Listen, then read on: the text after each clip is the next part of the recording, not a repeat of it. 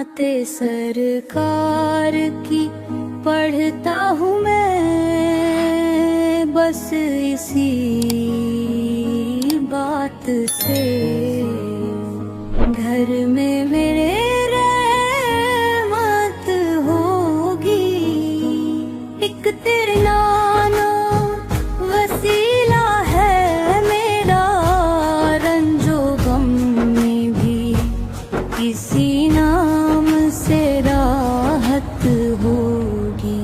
नाते सरकार की पढ़ता हूँ मैं, बस इसी बात से घर में मेरे रहमत होगी। ये सुना है कि कब्र बहुत अंधेरी होगी, कब्र का खौफ ना रखना है दिल, वहाँ सरकार के चेहरे की ज़ियारत होगी। नाते सरकार की पढ़ता हूँ मैं, बस इसी बात से घर में मेरे रहमत होगी। कभी यासीन कभी ताहा, कभी वल्लैल,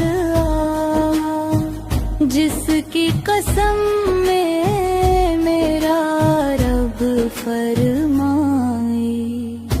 कितनी दिलकश मेरे महबूब की सूरत होगी। नाते सरकार की पढ़ता हूँ मैं, बस इसी बात से घर में मेरे रहमत होगी। इनको मुख्तार बनाया मेरे अल्लाह ने, खुल्द में बस वही जा सकता है जिसको हसनैन के बाबा की इजाजत होगी।